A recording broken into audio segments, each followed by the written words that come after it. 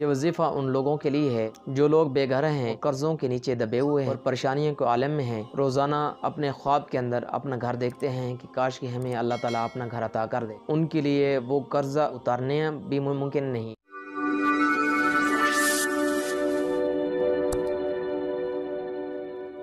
السلام علیکم ورحمۃ اللہ وبرکاتہ۔ آپ دیکھ رہے ہیں میرا چینل عملیات کی روشنی۔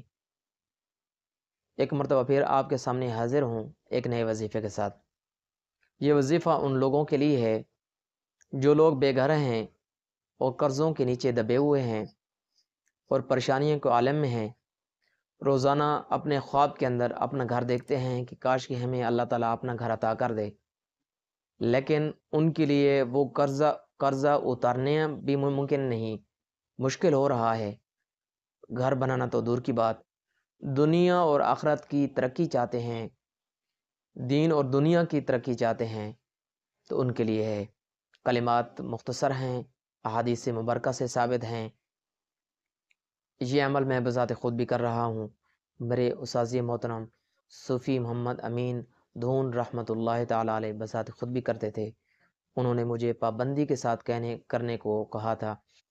آپ کے لیے شیئر کر رہا ہوں کہ آپ بھی فائدہ اٹھائیں۔ یہ کلمات مختصر ہیں، سنیے گا۔ اللہم اکفنی بحلالک عن حرامک واغننی بفضلک عمن سواک۔ ان کی ترتیب سنیے گا۔ جمعہ کے روز آپ نے 1000 مرتبہ پڑھنا ہے۔ چلتے پھرتے اٹھتے بیٹھتے سوتے وقت بھی آپ پڑھ سکتے ہیں۔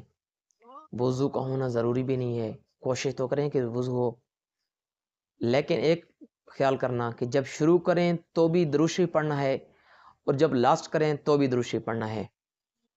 اور دوسری بات کہ جمعہ کے بعد جو دن ہوں گے، بہتر تو ہے کہ آپ ہر نماز کے بعد 100 مرتبہ پڑھیں۔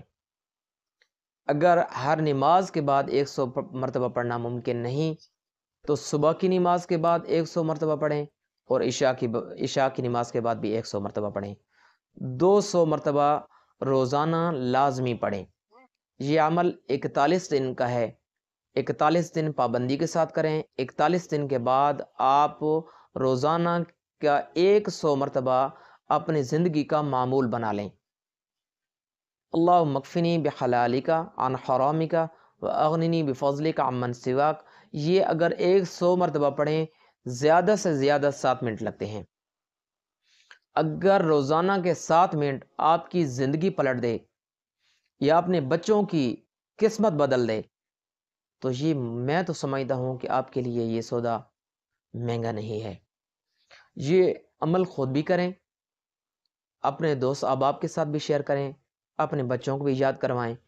اور ہاں، اور ایک بات آپ کو بتاتا چلوں کہ اگر آپ بذات خود کرنا آپ کے لیے ممکن نہیں ہے، آپ اپنی بیوی سے بھی کروا سکتے ہیں یہ عمل۔ آپ یہ بھی سوچیں گے کہ بیوی کے ایام حیض کے اندر وہ کیا کرے گی؟ ایام حیض کے اندر بھی کر سکتی ہے، ایام نفاس کے اندر بھی کر سکتی ہے۔ ایام حیض اور ایام نفاس کے اندر ذکر کرنا منع نہیں ہے، یہ الفاظ بھی ذکر کے اندر آئیں گے اور یہ ذکر ہوں گے، چاہے وضو ہو یا نہ ہو تب بھی کر سکتی ہے۔ یہ پابندی کے ساتھ کریں، ناغہ نہیں کرنا 41 دن تک۔ انشاءاللہ اس کے ثمرات آپ کے سامنے ہوں گے۔ اگر کسی قسم کی آپ کو کوئی بات پوچھنی ہے تو واٹس ایپ نمبر میرا اسکرین پہ چل رہا ہے، اس کے اوپر آپ رابطہ کر سکتے ہیں۔ انشاءاللہ آپ کی مکمل رہنمائی کی جائے گی۔ زندگی باقی تو ملاقات باقی۔ والسلام۔